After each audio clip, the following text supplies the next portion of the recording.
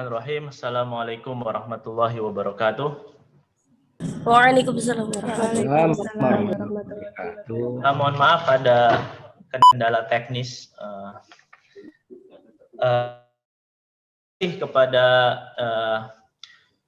saudari MC ya, Mbak Fadila, atas waktu yang telah diberikan, dan juga kepada beribu-ribu terima kasih kepada Ketua Kaprodi Pak Dr. Muhammad Ali yang telah memberikan kepercayaan kepada kami untuk memoderatori acara pada pagi hari ini.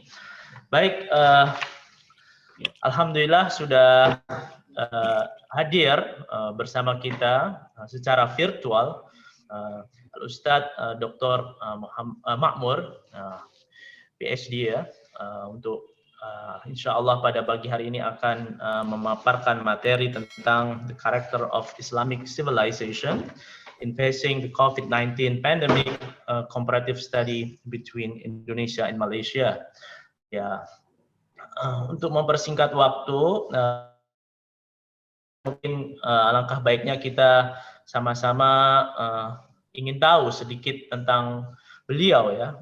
Jadi beliau ini orang Indonesia, asli dari Jambi. Beliau menuntut ilmu di S1, sebelum S1 2 beliau selesai dari Gontor, kemudian meneruskan S1-nya di Jambi, kemudian beliau juga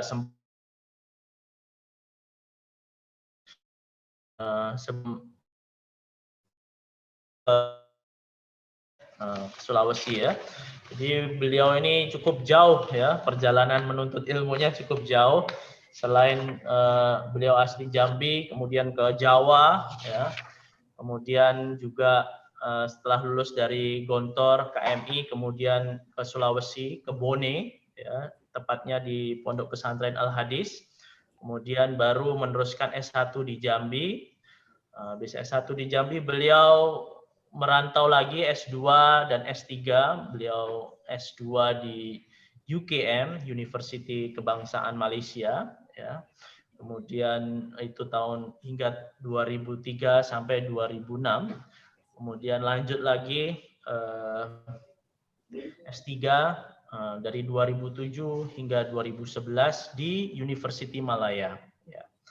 Kepakaran beliau tentang peradaban Islam, terutama pada aspek persuratan ya, persuratan ataupun literatur Melayu, Jawi, Arab Melayu. Jawi itu Arab Melayu, kalau di Jawa Pegon ya. Dengan kepakaran beliau bisa pergi kemana-mana ya. Pergi ke Thailand untuk presentasi. Saya lihat juga pernah pergi ke Uzbekistan ya. Pergi ke, ya tentunya kalau Malaysia sudah khatam mungkin beliau ya. Kemudian beliau juga pernah ke Jerman, ke Goethe Universität ya. Untuk mempromosikan kepakaran khazanah intelektual di alam Melayu. Kalau kita bicara Melayu nih jangan berpikir itu Malaysia, tetapi dalam arti yang lebih luas ya, meliputi Indonesia, Malaysia, Brunei, ya, Mindanao, Thailand, Siam gitu ya, yang daerah selatan. Itu bagian daripada Melayu gitu ya. Baik, itulah sekilas. Beliau juga peminat ini juga mengkaji, menulis karya seni kaligrafi dan tulisan Jawi ya. Jadi masih menghidupkan budaya itu, dan beliau ini walaupun tinggal di beliau juga berkolaborasi dengan penulis Indonesia seperti penulis populer Habibur Rahman Asyirazi ya.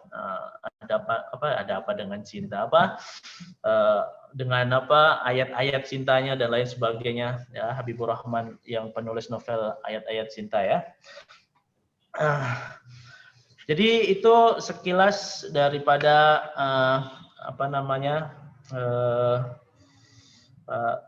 CV daripada beliau, dan semoga nanti bisa sama-sama mendengarkan pemaparan dan mengambil ilmu dari beliau. Ya, beliau sudah lama di Malaysia, mungkin lebih dari 10 tahun, ya, dan juga orang Indonesia, alhamdulillah, yang masih mengabdi bersama kita dengan cara-cara beginilah. Salah satu pengabdian beliau mengisi virtual dengan universitas di Indonesia. Ini salah satu pengabdian beliau sebagai warga negara Indonesia yang ada di Malaysia. Monggo silahkan Ustadz, tanpa memperpanjang waktu, saya persilahkan kepada Ustadz Makmur PhD untuk memaparkan presentasi beliau. Silahkan Ustadz. Bismillahirrahmanirrahim. Assalamualaikum warahmatullahi wabarakatuh. Waalaikumsalam warahmatullahi wabarakatuh. Wa syukrillah. Nahmaduhu nasta'inuhu wa nastaghfiruh. Min syururi anfusina wa min sayyiati a'malina. Rabbi shrah li sadri wa yassir li amri wahlul 'uqdatam min lisani yafqahu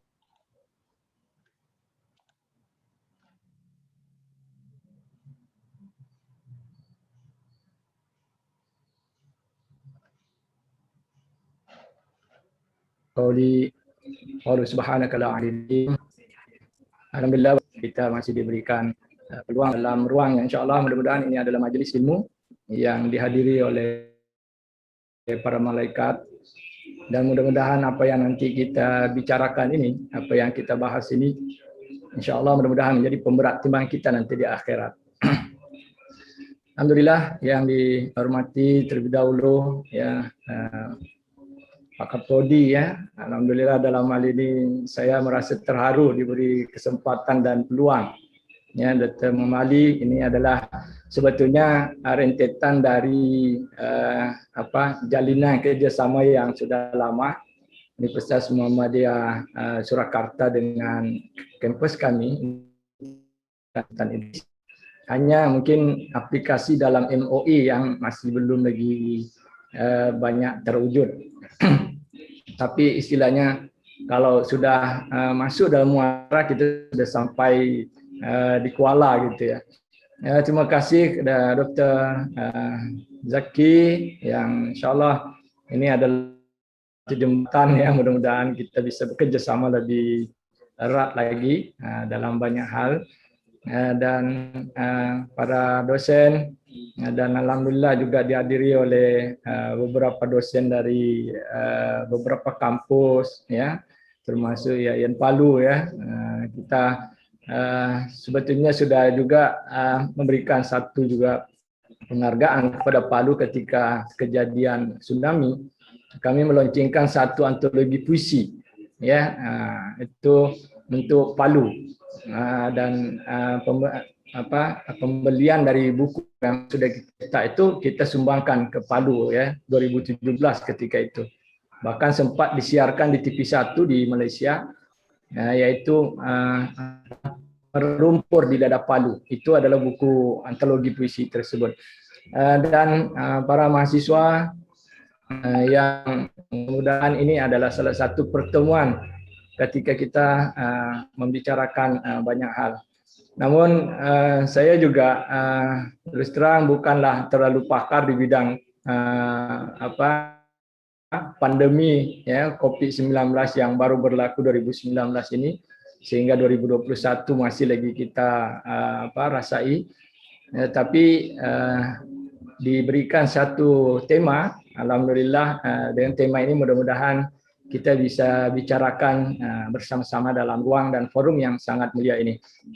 Diberi satu tajuk ya, The Character of Islam ya, Passing the COVID-19. Ini adalah salah satu perbincangan yang saya rasa perlu pendalaman yang lebih mendalam lagi. Tapi ketika kita tarik untuk menyikapi apa sebetulnya nilai-nilai karakter peradaban Islam yang boleh kita dampingkan dengan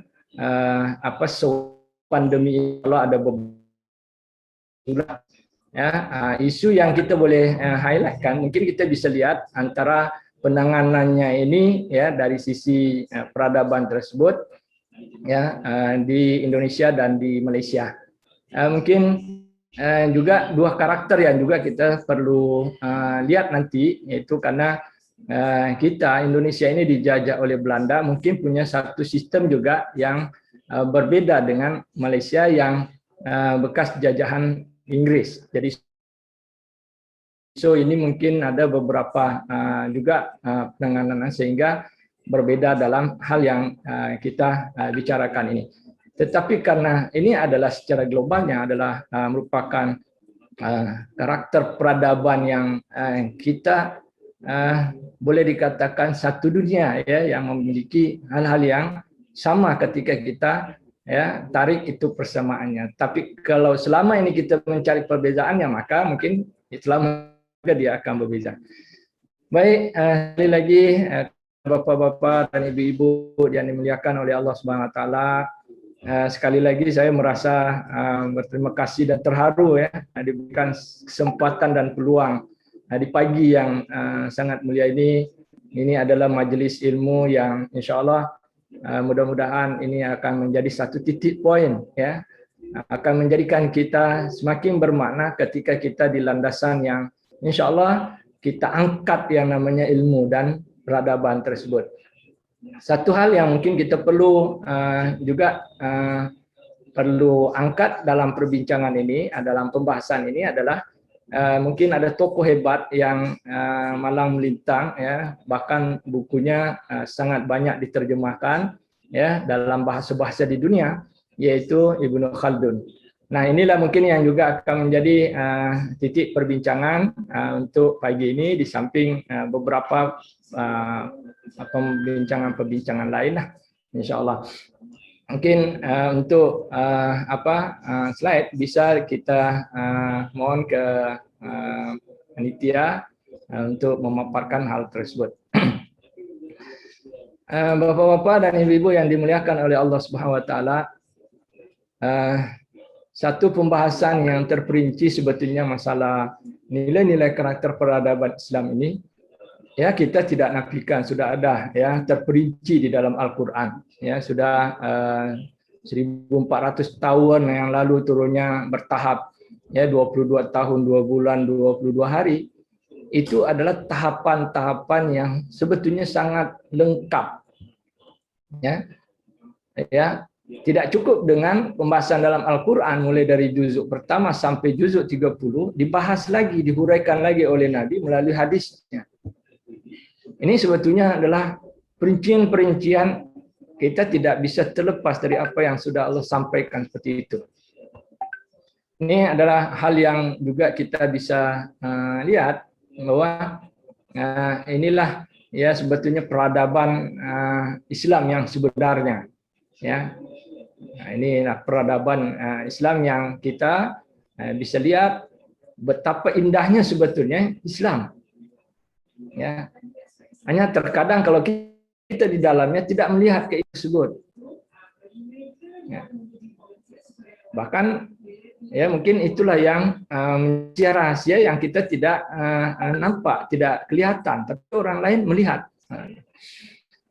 Kemudian cerminan dan karakter peradaban yang di Indonesia ini bisa kita nanti lihat sudah termaktub di dalam Pancasila dan falsafah hidup berbangsa dan bernegara di negara Kesatuan Republik Indonesia. Yang ini ya kita boleh katakan mencakupi segala hal dalam sistem ketatanegaraan, agama, hukum, adat, tradisi, kesenian, keselamatan, politik, ya, astronomi, ekonomi, ya, segala yang lainnya. Ya sudah terperinci dalam 5 poin-poin yang kita bahas ketika ini diperincikan dengan baik. Sebetulnya ya yang kita jalankan di Indonesia. Dan gambaran karakter tamadun Islam dan karena peradaban di Malaysia itu disebut tamadun ya dalam istilah Arab yang diambilnya, itu tercermin melalui namanya rukun negara. Ya, rukun negara. yang mendasari kehidupan bermasyarakat, dan itu merangkul 3 kaum, ya, namanya yaitu kaum Melayu, Cina, dan India. Nah, itulah sebetulnya yang menjadi benteng yang cukup kuat untuk negara Indonesia dan negara Malaysia. Andaikan ini dijalankan dengan sportif, dengan baik, sebetulnya ya alhamdulillah jalan, sebetulnya ini adalah jalan yang sangat sebetulnya.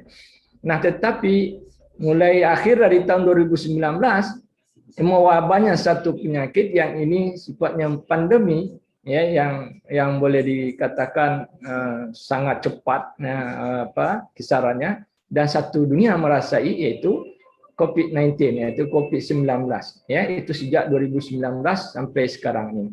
Nah, ini adalah wabah yang mewabah seluruh sektor, segala lini, maka tidak luput juga, ya, juga mengalami, ya, dalam sisi peradaban kita. Nah, inilah yang mungkin menjadi satu titik poin yang tidak berakhir sampai hari ini, masih lagi kita rasai, ya. 2021 sudah memasuki bulan Juni di penghujung, ya, dan esok insya Allah kita akan sudah masuk bulan Juli. Masih lagi dikabarkan bahkan ini adalah salah satu pandemi yang kesannya, ya, menurut para pakar, mungkin kita sudah rasai dalam 3 tahunan ini, ya, 2 tahun ke 3 tahunan, dia mengatakan ini kesannya akan berdampak sampai 5 tahunan. Nah, ini walau alam bagaimana pendekatan yang disampaikan oleh para pakar.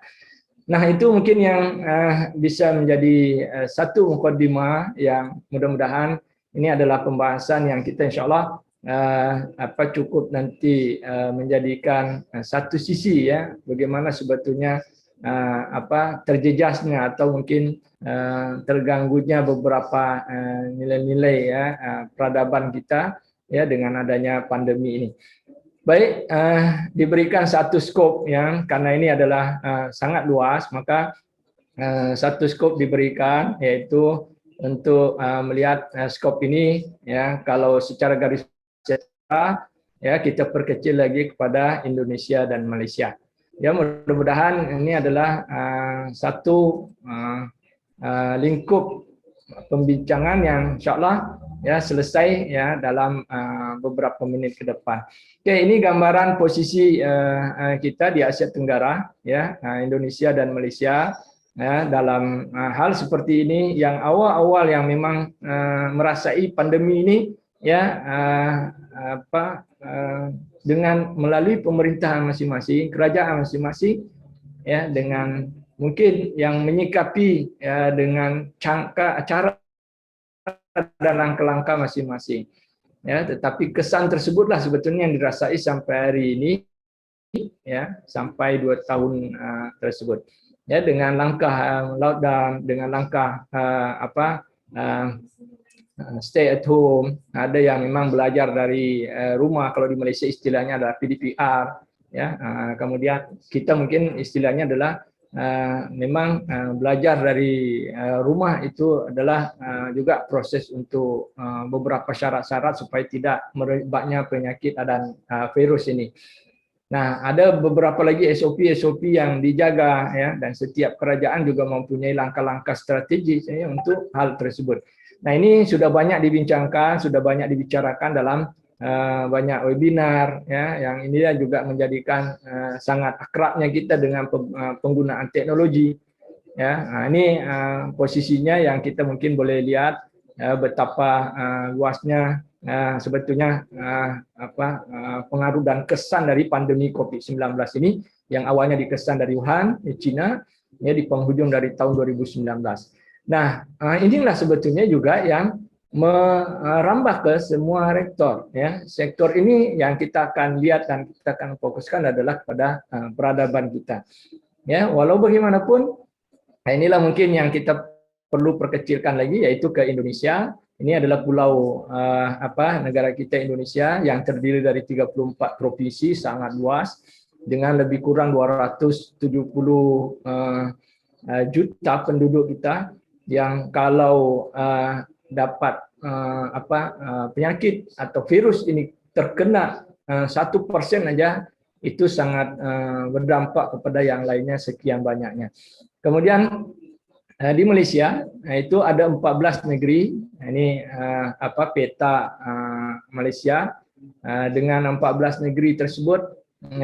Ada di belah timur, ada di sebelah barat, ya. Di sebelah timur itu yaitu ada 12 negeri, ya, dengan ibu kotanya adalah Kuala Lumpur. Kemudian ada 2 negeri atau provinsi, itu di Borneo Island, itu adalah satu tempat yang juga berdampingan dengan Brunei. Jadi di situ ada Sabah, ada Sarawak. Nah, dengan adanya pandemi COVID-19 ini menjadikan setiap provinsi, karena ada kesultanan masing-masing, ya. Kalau di Malaysia, ya, ada yang memang langkah-langkah kerajaan secara luas, ya, secara umum, secara menyeluruh. Juga ada kebijakan-kebijakan dari negeri-negeri. Nah, inilah mungkin yang kita bisa lihat melalui peta yang sangat besar, ya. Kemudian kita perkecilkan ke Asia Tenggara dan kita lihat lagi ke Indonesia dan Malaysia. Bapak-bapak dan ibu-ibu yang dimuliakan oleh Allah Subhanahu wa taala, untuk membicarakan peradaban Islam ini ada karya yang sangat hebat, ya, yaitu yang ditulis oleh Ibnu Khaldun, ya. Ini Ibnu Khaldun dalam buku ini yang disebut di Muqaddimah. Ya, Muqaddimah ini kalau kita sebut Muqaddimah itu baru pengenalan, pendahuluan, tetapi pembahasannya sudah sampai berjilid-jilid. Dan bahkan Muqaddimah ini sudah diterjemahkan dalam pembahasan para pakar, itu sudah diterjemahkan sekitar 31 bahasa. Asal bahasanya itu didasari dengan asal kedatangan beliau ini dari Afrika Utara, dari daerah Tunisia, ya, di abad ke-14. Nah, Ibnu Khaldun ini sudah menulis dengan lengkap, sangat detail, ya, sangat mendalam masalah peradaban ini, ya, masalah peradaban ini. Nah, inilah yang mungkin kita bisa lihat yang terjejas, ya, di era pandemi ini. Ya, ini yang mungkin kita bisa lihat. Mungkin kita akan bicarakan ini dari sisi ekonomi, ya, politik, teknologi dan sebagainya, itu melalui para pakarnya tersendiri. Kita coba highlightkan itu melalui tema yang diberikan oleh panitia hari ini. Nah, untuk mengenal lebih dalam, ya, buku ini berbahasa Arab, ya. Ibnu Khaldun yang menulis hal ini, nama beliau, nama panjang yang nama lengkapnya adalah Abdurrahman bin Abdullah, ya, Muhammad bin Abu Bakar, Muhammad bin Hasan bin Muhammad bin Jabir bin Muhammad ibn Ibrahim ibn Abdurrahman ibn Khaldun. Beliau juga dikenal dengan nama Khalid dan dikenal juga dengan Ibnu Khaldun. Jadi beliau ini juga ada yang boleh dikatakan kita tarik sampai ke keturunan Nabi, ya. Jadi Ibnu Utsman Al-Khadri Al-Maliki ini adalah yang mungkin sangat mendalam, ya, kajiannya masalah peradaban Islam. Ya, ketika kita ingin mengkaji tentang peradaban Islam, ya, yang mencakupi segala perbincangan di dalamnya, maka buku ini menjadi buku yang cukup penting. Banyak pemimpin-pemimpin dunia yang menjadikan buku ini adalah panduan, ya, menjadikan panduan. Bahkan ada satu kerajaan yang sangat hebat di Malaysia, yaitu utama Melaka. Ini, ya, adalah alur-alur yang diceritakan dan dibahas, dikupas oleh Ibnu Khaldun itu, ya, ada beberapa poinnya. Bahkan ada pemimpin-pemimpin dan presiden regenerasi di Amerika juga menjadikan buku ini adalah panduan, ya, jadi pedoman. Nah, beliau merupakan seorang ilmuwan, ya, sastrawan, budayawan, ya, bahkan beliau beberapa kali menjadi qadhi, ya, ahli dalam juga dalam bidang peradaban, bahkan pernah ya diberi peluang untuk menjadi perdana menteri, ya. Bahkan inilah sebetulnya yang menjadi tulisan-tulisan yang sangat penting untuk kita lihat dan kita kaji. Untuk itu ada satu kata atau poin yang mungkin ingin saya tarik dalam pembahasan kita pagi ini. Ya, apa kata beliau? Bagaimana dan mengapa negara dan peradaban yang beliau sebut peradabannya adalah umran. Ya, civilization adalah satu tamadun istilah dalam Malaysia, atau kita sebutnya biasanya adalah urbanisasi, yaitu tumbuh dan berkembang. Sebetulnya yang menjadi tumbuh dan berkembang. Nah, jadi kalau kita lihat ya perkataan beliau ini, maka ya ini adalah analisis yang perlu kita dalami, ya kita perlu mungkin lihat, karena beliau ini sudah melihat bagaimana sebetulnya ya kerajaan-kerajaan Islam pernah hebat, ya dari Nabi ya sampai Khulafaur Rasyidin, tabi'in, tabi'in, ya sampailah kepada khalifah-khalifah seterusnya, ya mulai dari Muawiyah, Abbasiyah, Utsmaniyah, ya bahkan beliau juga ada menyentuh tentang bagaimana perkembangan Islam di Andalusia yang boleh dikatakan sudah mendominasi dalam 500-an tahun di Eropa, tetapi ya karena peradaban kita hancur di situ, maka kita mengalami kekalahan yang dahsyat dan luar biasa. Nah, dan tidak ketinggalan beliau juga membahas tentang kerajaan-kerajaan Islam yang berada di bagian Afrika, terutama di Afrika Utara. Kalau kita membicarakan tentang Afrika bagian utara, ya kita tidak terlepas dari beliau ini, dan ada juga ya penjelajah dunia yang sangat hebat, yaitu Ibnu Battuta.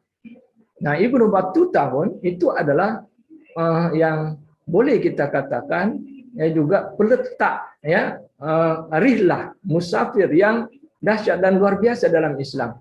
Jadi sebetulnya kita boleh berbangga ya dengan ilmuwan-ilmuwan Islam. Ketika kita rujuk tadi, ya kalau kita kembali yang pertama saya sampaikan, nilai-nilai dalam peradaban kita itu sudah termaktub dalam Al-Quran dan Hadis. Kenapa kita perkenai? Itu sebetulnya kita perlu letakkan dasar yang paling utama. Kita kalau kembali kepada Al-Quran, selesai sebetulnya urusan dunia kita. Bahkan untuk urusan akhirat kita sudah termaktub di situ. Ya, ini yang sebetulnya terkadang ya kita perlu kembalikan kepada hitoh kita.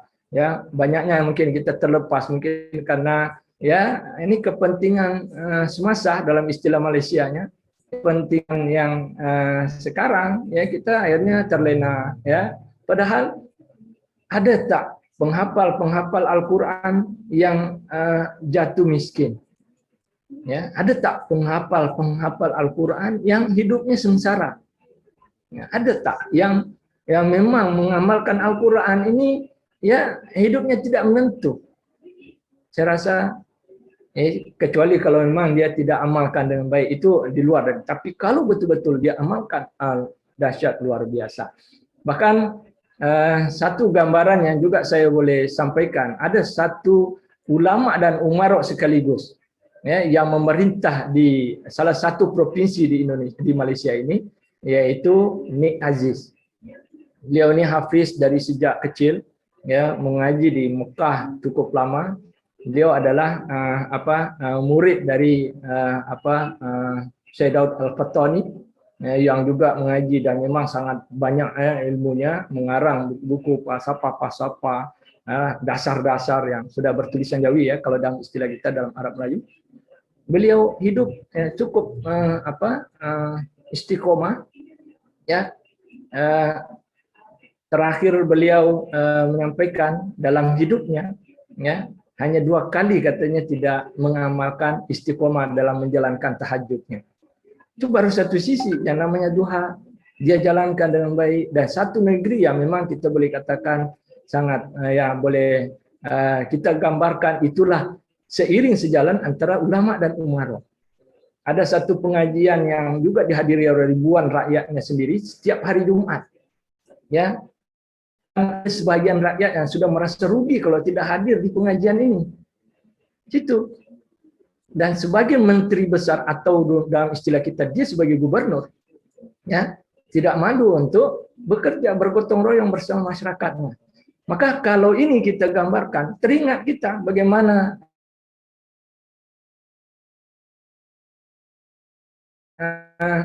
Umar ibnu Abdul Aziz itu pun ya yang dia jumpai rakyatnya itu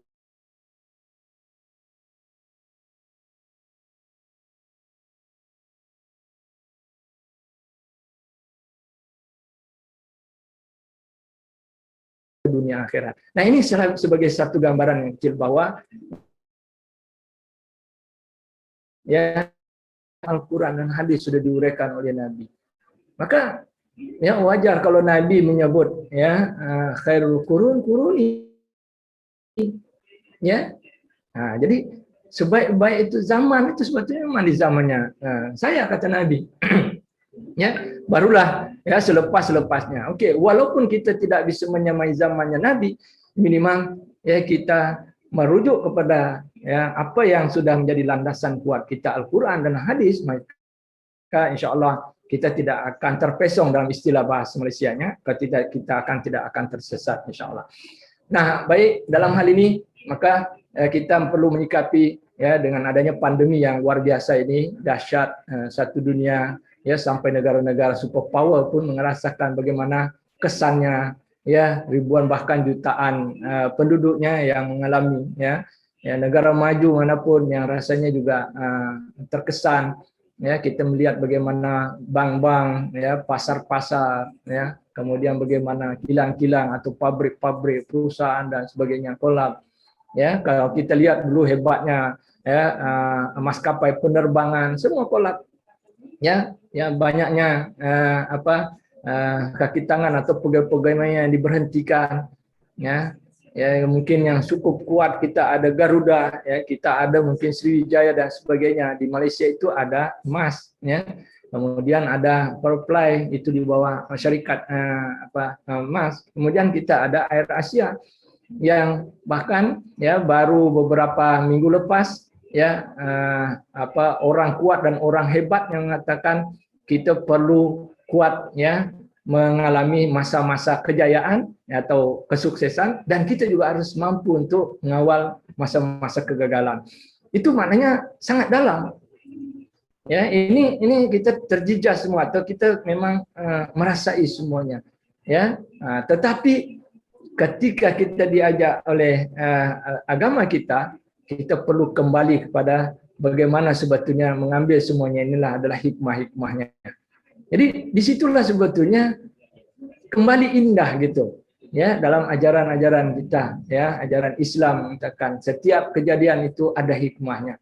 Maka kita mungkin tidak nafikan dengan adanya hal-hal tersebut. Kita mungkin tidak terlalu familiar dengan istilah Zoom ya mungkin tidak pernah familiar dengan Webex ya dengan Google Meet tapi ternyata sekarang semakin baik ya penggunaannya untuk di antara kita ya dengan jarak yang cukup jauh ya dengan mungkin berbeda-bedanya tempat kita negara kita bisa tetap menjalankan aktivitas kita secara maya atau secara online ya dengan hal ini ya inilah mungkin positifnya ya mungkin dulunya kita perlu berdagang berniaga ya dengan membuka satu lapak atau mungkin kita perlu ada toko ya sekarang kalau kita pandai menggunakan teknologi kita bisa berjualan melalui seperti Shopee ya Lazada dan sebagainya ini hikmah-hikmah ketika kita rasai semuanya itu alhamdulillah ini adalah satu hal yang mungkin boleh kita bawa ke pada positifnya maka sebetulnya di dalam Islam ini yang menjadi sesuatu yang indah dalam kehidupan kita inilah sebetulnya bentuk dari peradaban yang kita ada ya ketika kita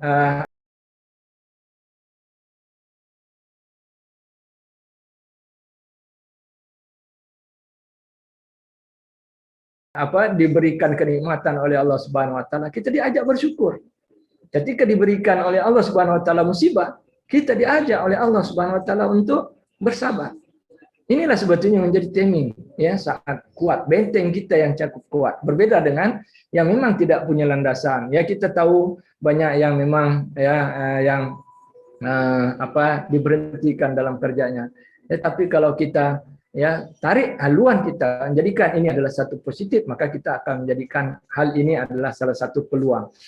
Baik, untuk hal ini kita mungkin ada baiknya menyoroti ide-ide komponen yang disampaikan oleh Ibnu Khaldun ya dalam bukunya. Saya akan mengarik dari 3 ini. Inilah mungkin juga kita akan lihat bagaimana sebetulnya 3 hal ya yang disampaikan, walaupun sangat banyak ya, dari 6 bab yang 6 jilid yang ditulis oleh beliau dengan berbagai versi ya diterjemahkan. Maka satu teori yang mungkin kita boleh perhatikan adalah teori kisaran, perputaran ya sebuah dinasti atau pemerintahan atau kerajaan. Ya, itu cyclical teori ya beliau sebutkan. Kemudian ada namanya juga yang kedua, semangat Asubia. Ya, beliau juga kenal dengan semangat Asubia ini juga menjadi satu hal yang juga kita perlu lihat untuk membentuk karakter satu peradaban. Yaitu group feeling ya, yang kita akan kenal juga ini, adakah itu sifatnya lokal ataupun sifatnya itu mengglobal ya. Kemudian sistem perlembagaan ya, keluaran ya dalam bentuk sosial, organisasi bermasyarakat dan sebagainya. Ini beliau gelarkan dengan Omron ya, Omron. Baik, ini mungkin juga menjadi satu komponen yang menjadi penguat ya nilai karakter yang kita bisa lihat ya, di mana komponen dan nilai-nilai ini ya mungkin mudah-mudahan menjadi satu benteng yang kuat kita jadikan panduan untuk yang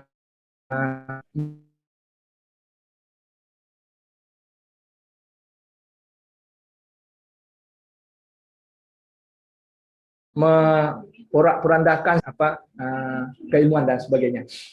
Baik, komponen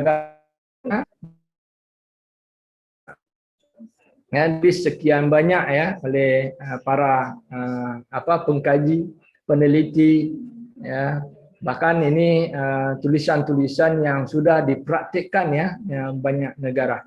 Baik, kita coba lihat dulu teori kisaran sebuah dinasti ya. Cyclical teori ini adalah konsep di mana Ibnu Khaldun menganggap bahwa satu dinasti atau satu pemerintahan atau kerajaan yang muncul itu akan mengalami 3 tahap. Ya, tahap permulaan, tahap pertengahan ya atau perkembangan, dan ada juga tahapnya tahap kejatuhan.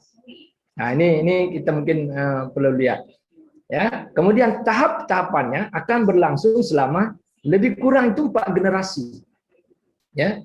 Nah, ini pendalaman yang sebetulnya sangat jauh ke depan. Beliau sudah menganalisa sekian banyak bentuk kerajaan Islam ya, walaupun bukan Islam ya, dalam hal ini ya, sehingga 4 generasi ini pun kalau bisa mempertahankan sistem dan kerajaannya dapat memecah sehingga 5 atau 6 generasi. Nah, inilah pandangan beliau yang beliau boleh katakan generasi yang biasanya bisa bertahan hanya sampai sekitar 120-an tahun. Nah ini yang mungkin kita perlu ini ujian untuk sekian banyak generasi dinasti pemerintahan dan kerajaan di beberapa negara. Kalau dia berhasil untuk mengatasi hal tersebut, maka mungkin ya akan menyambung lagi generasinya ke tahap yang level seterusnya. Ya, kalau tidak mampu mengatasi hal ini, mungkin dia akan kolap dan sebagainya. Nah, inilah mungkin ujian yang sangat hebat untuk setiap kerajaan di dunia sekarang secara global ini. Ya, kita lihat bagaimana Soeharto juga dapat memimpin ya selepas dari Soekarno ya, beralih kepada generasi seterusnya yang dianggap itu adalah sebagai generasi penerus. Yang boleh kita katakan betapa kuatnya ya, Indonesia dipimpin oleh Soeharto selama 32 tahun, ternyata juga ya mengalami proses dari permulaan, pertengahan, dan juga era kejatuhannya. Nah, itu seperti itu. Ya, jadi ini teori yang mungkin melalui teori pertama, yaitu kisaran atau perputaran satu dinasti. Nah, ini kalau kita rujuk kembali kepada landasan kita, ya memang hidup kita juga seperti itu perputarannya. Ya. Nah, jadi perputaran hidup kita itu kita diminta oleh Allah Subhanahu wa taala ya untuk tetap mengabdi kepada Allah Subhanahu wa taala. Ya. Nah, ini. Jadi apa yang mungkin disampaikan oleh Allah ya, wa ma khalaqtul jinna wal ins illa liya'budun. Inilah sebetulnya menjadi konsep yang juga kita perlu jadikan dalam regenerasi kita. Kalau ini kita gunakan dalam kehidupan kita, saya rasa ya insyaallah hidup kita pun ya akan menjadi satu generasi yang seterusnya. Tapi apa kata Nabi? Walaupun kita hidup itu singkat, ya, tapi kata Nabi ada 3 yang kita perlu wariskan. Idza mata banu Adam in qata'a amaluhu illa min salasin. Ya, kalau mati anak Adam, meninggal anak Adam, ya kalau kita tidak mempunyai 3 hal ini, selesai urusan dunia kita, tapi kita tidak akan menjemputnya ya nanti di akhirat. Maka kita perlu juga ya mewariskan 3 ini. Ya. Nah, jadi kita perlukan yaitu amal jariah. Amal jariah ini bentuknya, versinya itu sangat banyak. Ya, sangat banyak. Melalui versi yang kita mungkin sesuai dengan kemampuan kita. Ada orang yang mampunya hanya tersenyum kepada yang lain, itu adalah juga sedekah. Ya, ada yang mampunya untuk menyumbangkan 1 ringgit, ada yang mampu menyumbangkan 5.000 untuk satu pembangunan masjid, jembatan dan sebagainya. Itulah kemampuan kita. Tapi itu akan dicatat menjadi amal jariah. Kita juga perlu mewariskan itu, yaitu ilmu kita. Ilmu kita ini, walaupun 1 ayat yang kita ajarkan kepada yang lain, kalau itu bermanfaat, maka itu juga akan menjadi jariah. Maka wajar ya Ali bin Abi Thalib berpesan kepada sahabat-sahabat yang lain, ya, man 'allamani harfan, ya, siapa yang mengajarkan saya 1 huruf saja, ya, saya akan menjadi abadnya. Jadi itu satu hal yang mungkin kita tidak pernah terbayang dalam hal ini. Ketika ini kita jalankan dengan baik, masa insya Allah ya mungkin kita akan mengalami tahapan-tahapan yang disampaikan oleh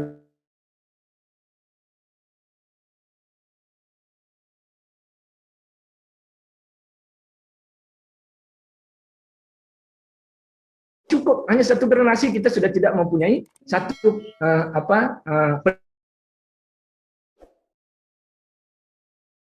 penerus, atau mungkin dengan ya selesai hidup kita, ya. Nah, ini yang kita tidak harapkan. Oleh itu, dengan anjuran ya, dengan adanya seperti ini ya, prodi pendidikan Islam sudah menganjurkan kita 1 pengajian, 1 seminar ya, 1 webinar yang insyaallah ya mudah-mudahan kita sentiasa menimba ilmu ya dari sekian banyak bidang dan kajian. Nah, dalam menurut pandangan beliau ini, maka inilah yang sebetulnya ya Ibnu Khaldun sudah memberikan 1 garis-garis panduan yang sangat lengkap ya, bagaimana supaya kita boleh menjadikan diri kita, agama kita dan negara kita itu adalah satu laluan untuk kita menuju akhirat kita. Ya, tidakkah kita rindu ya satu janji Allah Subhanahu wa taala ya, satu tempat, yaitu tempat yang tidak pernah dilihat oleh pandangan mata, tidak pernah terdengar oleh telinga siapapun, ya bahkan tidak pernah terdetik dalam hati seorang pun, yaitu kebahagiaan di surga. Kalau kita ya merindukan itu, ya sebetulnya dunia ini hanya ya di telapak tangan saja, ya tidak masuk ke dalam hati kita, sehingga dengan ada ujian pandemi seperti ini, ya kita anggap ini adalah satu ya sunnah tu alam, ya sunnah yang Allah akan uji kita seperti itu dan akan dialami oleh generasi dari kurun ke kurun. Ya, nah, jadi itu mungkin yang kita boleh tarik dan gambarkan situ. Nah, sirkulasi perputaran pemerintahan juga terjadi seperti itu. ya disitulah juga akan membentuk satu peradaban tersendiri. Namun kalau ini kita ambil ya kebijakan secara landasannya adalah agama kita, Islam kita, maka insya Allah ya adam tentramlah negara tersebut. Ya Brunei ya baru beberapa minggu yang lalu ya sudah mengistiharkan sifar atau kosong dari COVID ini, selesai, sudah bebas tanpa perlu ya lagi menjaga SOP secara ketat ya secara kuat. Ya, apa moto yang kita boleh dengarkan? Ya, moto mereka adalah Allah jaga kita. Ya, kalau di Malaysia kita jaga kita. Kalau di Brunei dia menggunakan motonya adalah Allah jaga kita. Nah, COVID-19 sudah selesai beraktivitas seperti biasa, ya, kenduri kawin atau majelis-majelis pernikahan sudah berjalan dengan baik, ya, di kampus-kampus sudah kuliah, sekolah-sekolah sudah masuk seperti biasa, dan rakyat pun ya dengan ya memang kesejahteraannya masing-masing. Ya, kalau kita gambarkan di sana luar biasa pendekatannya. Ya, kemudian insya Allah 1 Juli besok ya di Turki pun sudah membuka ya secara luas lockdown dia ya dengan tahapan-tahapan tertentu. Ya, walaupun negara ada juga yang lain mempunyai kebijakan-kebijakan ya yang mempunyai kebijakan-kebijakan sendiri juga sudah ya melandaikan hal tersebut. Yang paling mungkin kita perlu juga lihat Euro berjalan 2020 ini, walaupun kegiatan itu berjalan dalam 21, ya penontonnya lihat ya sudah tidak ada lagi penjarakan, kemudian bahkan hampir ya tidak banyak yang menggunakan namanya masker ya, tetapi memang dengan syarat juga SOP yang sudah ditentukan, itu perlu divaksin terlebih dahulu sebelum masuk stadion. Tetapi kalau stadion yang kalau kita saksikan tadi malam ya antara England melawan Jerman itu sudah tidak ada lagi jaraknya, bahkan berpeluk-pelukan ketika England memasukkan 2-0. Nah, ini satu hal yang mungkin kita alami. Ini adalah proses resesi pandemi yang kita mungkin alami. Di satu sisi kalau kebijakan kita ya langkah strategi kita mantap, maka insya Allah ini akan menjadikan satu hal. Nah, kembali ke apa yang kita ingin lihat, bahwa kita mempunyai dasar yang sangat kuat ya, Pancasila. Nah, di Indonesia termaktub dalam mulai dari sila yang pertama, ketuhanan yang Maha Esa, kemanusiaan yang adil dan beradab, persatuan Indonesia, kerakyatan yang dipimpin oleh hikmat, kebijaksanaan dalam pemusyawaratan perwakilan, dan yang paling terakhir di sila yang terakhir, sila kelima, keadilan sosial bagi seluruh rakyat Indonesia. Kalau kita jaga ini satu persatu, ya ketika kita alami pandemi ini, sebetulnya inilah salah satu timing yang cukup kuat buat kita. Karena Pancasila ini adalah dasar ya implementasi nilai-nilai kehidupan kita bermasyarakat ya, sehingga mampu untuk ya bersosialisasi dalam ya beragam suku, ya ras dan bahasa. Kalau kita aplikasikan melalui kebijakan pemerintah, melalui proses pandemi ini, itu bisa kita sebetulnya melalui dasar-dasar yang sudah ada, apalagi kita sudah diperkuat dengan Al-Quran dan hadis. Pancasila juga satu representasi sosial ya, ideologi toleransi ya, yang boleh menjadikan kita adalah satu hal benteng yang sangat kuat ya untuk kita dalam bernegara. Ini juga adalah satu dasar globalisasi yang keniscayaan, sehingga kita dapat menerima kenyataan. Ya, kenyataan hidup kita ini memang nyata. Ya, nyata dalam mata kita, keluarga kita yang terkena positif COVID satu persatu memang meninggal. Ya, nyata di hadapan kita, yang dialami oleh juga generasi sebelumnya, di mana juga ada pandemi. Ketika penyakit taun ini menyebar di era sahabat, ya di situ juga ada kebijakan-kebijakan yang diberikan oleh pemerintah, kerajaan ketika itu. Kalau itu wabah itu di luar dari negara kita, maka jangan datangi tempat tersebut. Tapi kalau terjadi di sekitar kita, maka ya kita perlu atasi dengan ya menjaga ya prokes ya ataupun SOP yang sudah ditetapkan. Nah, ini mungkin yang menjadi satu hal yang sangat bermakna ya dalam pembelajaran hidup kita. Pancasila juga sebagai permata ya pemangkin untuk ketahanan bidang ya segala bidang dalam kehidupan. Baik, itu mungkin yang kita bisa lihat ya. Tapi untuk memberikan gambaran juga di Malaysia ada juga rukun negara. Rukun negara ini mulai dari yang pertama adalah kepercayaan kepada Tuhan, kesetiaan kepada raja dan negara, ya, keluhuran perlembagaan, kedaulatan undang-undang, ya, kesopanan dan kesusilaan. Ini adalah rukun yang menjadi dasar. 5 juga. Ya, rukun, 5 rukun, ya. Kalau kita ada rukun di dalam sholat, ada rukun dalam puasa, ada rukun dalam haji, maka dalam bernegara pun kita ada rukun. Maka Malaysia menerapkan 5 rukun negara yang seperti juga kita ada sila-sila di dalam Pancasila. Nah, ini yang mungkin menjadi ya landasan kita. Rukun negara ini menjadi implementasi nilai-nilai kehidupan bermasyarakat. Ya, ketika kerajaannya ya mengumumkan bahwa hari ini sampai 14 hari ke depan kita perlu lockdown. Ya, dikenal dengan sini namanya PKP ya atau perintah kawalan pergerakan. Nah, jadi ada beberapa provinsi yang mungkin sudah zon hijau, ya maka mungkin dia PKP. Tapi ada mungkin provinsi yang zon merah, ya dia maka ada PKPD. D itu adalah diperketatkan, ya diperketatkan. Dalam istilah bahasa Inggrisnya adalah MCO. Itu ini adalah satu hal yang mungkin juga kita perlu dalami ya. Nah, inilah yang menjadi implementasi dalam representasi sosial. Ya, toleransi setiap setiap rakyat itu diberikan kerjasama yang sangat padu. Ini lockdown di Malaysia itu sejak 18 Maret 2020.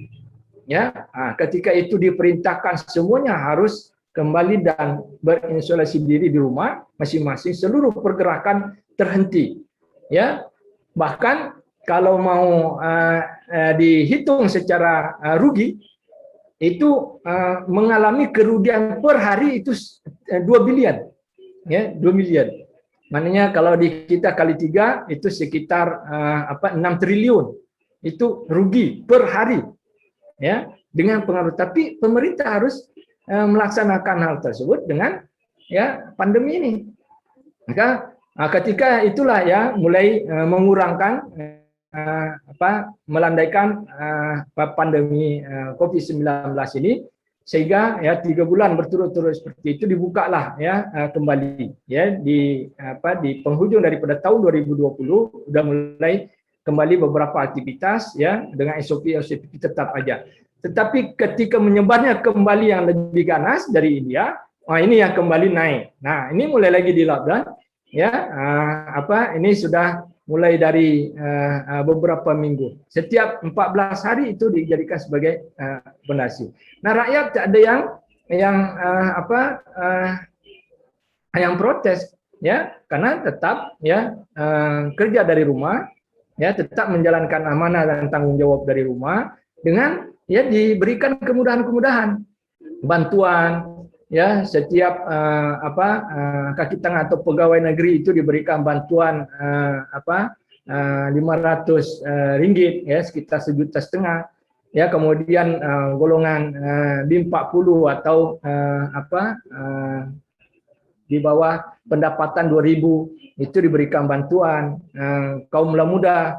Ya, kemudian internet per hari kita diberikan bantuan secara gratis ya, masyarakat kita 1 gig ya per hari ya setiap rangkaian ya. Jadi ada beberapa rangkaian itu memberikan 1 gig sampai hari ini, alhamdulillah masih lagi berjalan. Ini bisa ber-Zoom Ria, bisa ber-Google Meet ya, bisa ber-Webex ya dengan panjang lebar ya karena diberikan satu ya kemudahan. Kemudian ya dengan kemudahan-kemudahan fasilitas kita dimudahkan yang membuat pinjaman ya pinjaman mobil, pinjaman kredit rumah dan sebagainya diberikan moratorium. Itu kemudahan-kemudahan ya kita boleh menunda 6 bulan ya untuk pembayaran berikutnya. Ya, belum lagi ya mahasiswa juga diberikan bantuan dan segala level itu diberi dan diperinci ya dan diumumkan oleh Perdana Menteri. Nah, inilah satu hal yang mungkin menjadikan satu dasar yang menjadikan masyarakat tetap terlindungi ya dengan di bawah ya rukun-rukun negara yang sudah ditetapkan. Nah, inilah mungkin yang menjadikan penguat ya ketika kita berbangsa dan bernegara ya. Said Naqi Al-Attas pernah menyatakan bahwa ya sebetulnya kita sudah kaya dengan manuskrip ya yang bertulisan Arab Melayu ini yang banyak menyentuh tentang segala bidang. Ya, kalau Al-Qur'an itu pondasi utama, ya huraiannya adalah dalam hadis, maka ada lagi tulisan-tulisan yang ditulis oleh ulama-ulama kita. Kembali kepada manuskrip, ya sistem kepercayaan, sistem kenegaraan, undang-undang, ekonomi, ilmu pendidikan, bahasa dan akhlak sudah jelas, ya sudah ada terwarnai dalam kehidupan masyarakat kita. Ditulis di Nusantara ini yang menyebar di seluruh Indonesia, Malaysia, Brunei, ya Filipina, ya sampai ke kawasan Melayu Champa di daerah Kamboja, ya ada juga di situ di Vietnam, di selatan Thai. Itu ditulis ulama-ulama kita dulu dengan beberapa panduan-panduan yang bagaimana sebetulnya kita berbangsa bernegara, ya. Disitulah sebetulnya juga tulisan ini membahas tentang sastra bahasa, ya menjadi alat penyampai komunikasi masyarakat yang sangat jitu, ya. Nah, inilah wasilah sosialisasi dalam kehidupan yang mungkin satu generasi akan berbeda hidup dengan yang kita mungkin alami hari ini. Nah, ini juga kita banyak juga melihat bahkan naskah-naskah yang ditulis ya dalam bentuk gagasan-gagasan semangat ya Nusantara. Ya, ini menjadi benih pembangkit. Kalau ini tidak ada, mungkin kita tidak merdeka dari penjajah. Kita dijajah oleh Belanda dan di Malaysia dijajah oleh Inggris. Ya, tetapi kebangkitan itu dalam 13.000 lebih ya pulau kita dengan sekian ratus suku dan bangsa. Ya, ada dosen tamu saya dari Amerika ya yang memang yang jadi profesor tamu di UKM ketika saya menjalankan studi di sana. Beliau adalah pakar linguistik. Dia berjalan ke Indonesia Timur, dia sampai satu pulau. Ya, ini adalah profesor yang memang tidak pernah berhenti untuk menjelajah negara-negara, ya daerah-daerah, wilayah-wilayah untuk mengkaji tentang bahasa saja. Maka dia menemui satu pulau, pulau ini katanya memiliki satu bahasa yang tidak dituturkan oleh dunia. Maka saya hanya menjumpai di pulau ini. Di Indonesia bagian timur, dituturkan hanya 2.000 orang. Maka dia namakan bahasanya tersebut dengan bahasa apa? Dia pun susah untuk karena tidak menemukan rujukannya. Kalau rujukan jurnal terkini ya kita harus cari ya 5 tahun terakhir atau 10 tahun terakhir. Maka mungkin dia tidak akan menemui kerujukan karena dia baru menjadi seorang pengkaji di situ. Pulau ini dituturkan dengan hanya ya 2.000 penduduknya dengan bahasa yang tidak pernah beliau dengarkan. Maka beliau ya listkan itu daftarnya, suku katanya sehingga beliau terbitkan dalam satu buku ya diterbitkan di penerbit UKM dan inilah ya, salah satu temuan yang hak cipta beliau yang juga menemukan belum lagi tempat-tempat lain. Jadi ini yang mungkin kita bisa lihat ya kita juga tidak nafikan biasanya kita sebagai yang bersuku Jawa ya ada asubia ya walaupun kita tidak nafikan ya hal yang mendasari kita tetap agama kita, tetap terus ya ukhuwah al-islamiyah. Ya kita dengan Jawa, ya mungkin Minang dengan Minang, ya Bugis dengan Bugis.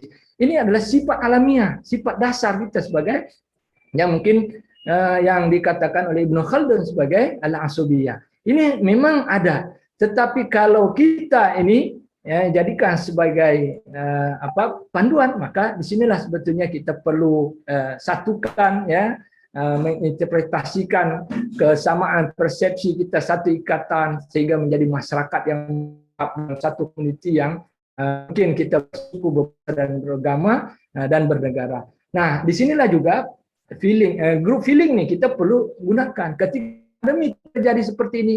Disinilah kepedulian kita kepada golongan yang memang ya, memerlukan bantuan kita, ya, perlu bantuan dengan bantuan yang sangat yang sangat real, ya, dengan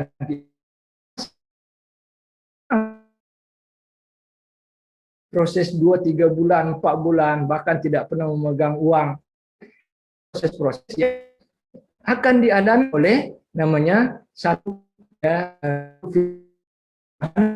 juga dengarkan, bahkan kita rasai, bahkan kita juga jumpai dalam persekitaran kita. Maka ini mungkin yang kita boleh kita juga lihat, ya, hanya Mas Sagir Abdullah, ya, dalam bukunya yang diterbitkan tahun 92, dalam ya, atau Arab Melayu, disampaikan dalam hak rasanya mendengarkan dan bahwa Kelantan, Terengganu, dan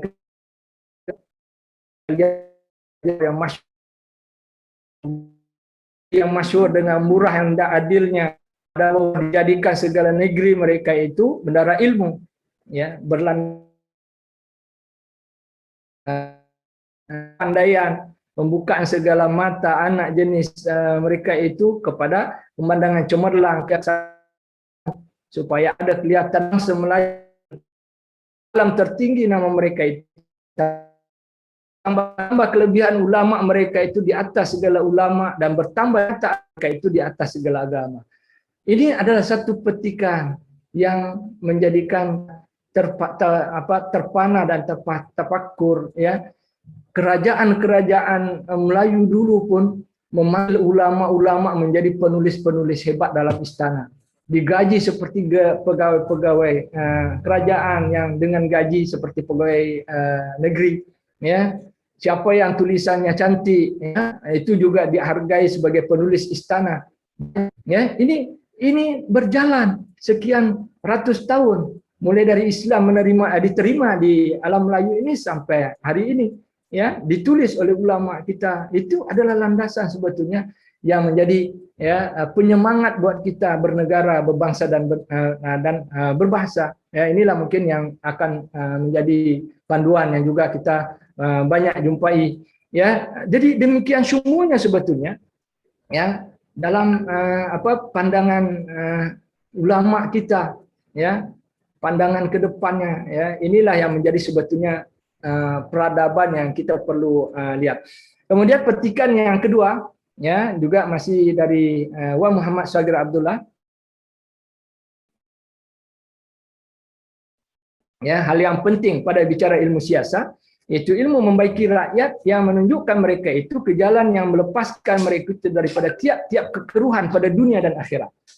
Ini adalah poin ketika ditulis oleh ulama, ya, dalam manuskripnya. Kalau kita sudah, ya, menyelesaikan kekeruhan kita dunia dan akhirat, ya, saya rasa, ya, kita akan menyelesaikanlah, ya, beberapa mungkin tantangan dan mungkin kesukaran hidup kita yang kita alami sekarang. Yang terakhir yaitu sistem sosial, ya, secara berorganisasi, yaitu disebut dengan Umron, peradaban dan tamadun, ya, disebut. Mungkin ini adalah proses urbanisasi. Aku Khaldun mengistilahkannya, ya, syariah. Nah, ini kita tidak perlu nafikan, ya, kita perlukan organisasi yang bergerak, perlunya ada NGO, ya, perlunya ada organisasi-organisasi yang menjadi perantara, ya, sehingga menjadi satu panduan yang sangat penting untuk kita, ya, menjadikan hidup ini kita saling bersinergi, ya, antara satu dengan yang lainnya. Maka dengan adanya organisasi-organisasi yang peduli dengan hal-hal yang alami, ya, mungkin adanya musibah-musibah yang terjadi, dengan bantuan-bantuan itu sangat membantu, ya, pada siapa yang dampak Nah, inilah mungkin yang kita juga boleh lihat ya, beberapa cakupan lain ya, penting ya, mungkin menjadi penghias dalam peradaban kita, yaitu bidang ilmu dengan adanya peranan setiap kampus ya, peranan kita sebagai orang akademisi. Inilah ya mungkin yang kita bisa sumbangkan ya. Tidak mampu kita menyumbangkan banyak, menyumbangkan dikit itu pun sudah. Kita perlu perkuatkan iman ya, takwaan kita itu juga akan menjadi satu benteng yang kuat untuk kita menghadapi musibah. Teringat ketika 2004 terjadinya tsunami yang paling dahsyat ya di negara kita, dan itu juga berdampak kepada dunia lain. Tapi yang paling terkesan itu di Aceh, ketika itu ratusan ribu yang meninggal. Kalau tanpa iman mungkin mereka tidak akan bisa bangkit sampai hari ini ya. Maka kita juga beriringi dengan amal ya, amal kita perlu dengan kepedulian kita membantu yang lain, itu juga amal. Yang menyumbangnya kita itu juga bagian dari amal yang insya Allah kita akan menjadikan ini adalah peneman kita nanti sampai akhirat. Ya, tanpa amal kita menghadapi akhirat, ya mungkin kita tidak akan bisa sampai yang lebih jauh ya. Kemudian kita juga perlu hiasi dengan akhlakul karimah ya, mudah-mudahan ya, dengan adanya dasar-dasar yang kita ada seperti ini akan memperkuat ya segala lini kita ya, mudah-mudahan ya. Ini adalah isu-isu yang boleh kita lihat ya, dalam kehidupan kita. Memang kita tak nafikan ya, langkah dan strategi setiap kerajaan dan pemerintah itu berbeda ya untuk menghadapi isu-isu ini ya, tetapi dengan adanya peranan kita ya, mudah-mudahan ya kita dapat menentukan ya pembentukan nilai-nilai karakter peradaban ini dalam menghadapi musibah ini ya di era pandemi ini. Oleh itu, apa yang kita perlu garis bawahi di sini ya, kita perlu meningkatkan perjuangan kita, hidup perlu terus diteruskan ya. Kita juga perlu memperbanyak ya wakil-wakil rakyat atau mungkin pemerintah untuk mendukung ya supaya selesai ya pandemi ini ya. Kita juga perlu peranan ya masyarakat dengan pemerintah ya bersatu padu ya dalam menyelesaikan pandemi ini ya. Juga perlu memperbanyak aktivitas-aktivitas yang mungkin ya kalau kita tidak bisa masuk ke sekolah, masuk ke pondok, masuk institusi kampus ya, dengan cara seperti ini pun sudah satu sumbangan yang luar biasa. Dengan webinar seperti ini dihadiri dengan satu majelis, mudah-mudahan malaikat juga ikut mencatat ya dalam menghadiri majelis kita ini ya. Satu yang insya Allah ke depan ya kita akan menjadi yang terbaik yang berbangsa dan bernegara. Oleh itu badan-badan juga ya, NGO ya terutama yang memang mempunyai peranan-peranan ya terus perlu menjalankan tanggung jawabnya ya, terus menjadikan falsafah dan ideologi bangsa ini sebagai dasarnya ya. Pelestarian ini juga perlu kita jalankan, realisasi dalam kehidupan kita ya, pengamalan prinsip dalam mendukung ya kita perlukan. Maka hal ini kita perlu kembali kepada ya Islam itu sendiri, yaitu mengajak kembali kepada Al-Quran dan hadis ya, supaya pengaruh individualisme itu secara meluas ya kita dapat bentuk. Dan doktrin liberalisme itu juga dapat kita atasi ya. Kemudian juga nilai-nilai materialisme ya yang telah menggantikan nilai-nilai kita yang biasanya dulunya kita saling bergotong royong antara satu dengan lainnya juga dapat kita selesai. Baik, itu saja mungkin yang secara kesimpulan bahwa memang tidak dapat dinafikan nilai karakter ya dalam peradaban Islam sangat penting ya dalam kehidupan kita ini berbangsa dan bernegara ya. Untuk mungkin kita perlu melihat dari langkah-langkah yang sudah diambil oleh pemerintah kita masing-masing ya. Ini hal yang mungkin sangat positif yang kita perlu teladani ya. Kalau yang memang positifnya kita teruskan ya, kalau ini memang itu negatif kita perlu gantikan kepada hal-hal yang positif. Maka kita sudah ada Pancasila, ya, dan di Malaysia sudah ada rukun negara. Itu pasapai kembali ya, memperkuat supaya pandemi ya COVID-19 ini tidak terlanakan kita ya menjadi, sehingga kita pun terpaksa mencari jalan yang tidak sepatutnya. Peranan peradaban Islam dapat ya mengembalikan semua itu, yang kita ya satu titik ya mungkin semangat kita untuk terus bangkit ya untuk era kita. Anggaplah ini adalah ujian di era kita, yang mungkin inilah termasuk ujian yang terberat buat kita, tetapi kita perlu lihat ada juga ya yang dialami oleh kaum-kaum sebelumnya, dan juga akan dialami oleh kaum-kaum yang lepasnya. Walau a'lam bishawab, apa yang saya sampaikan ini benar datangnya dari Allah Subhanahu wa taala. Kalau ada yang salah, itu juga saya sebagai manusia biasa yang tidak pernah luput dari silap dan salah. Hadanallahu wa iyyakum ajma'in. Al-afu minkum. Assalamualaikum warahmatullahi wabarakatuh. Saya kembalikan ke moderator. Silakan Dr. Zaki.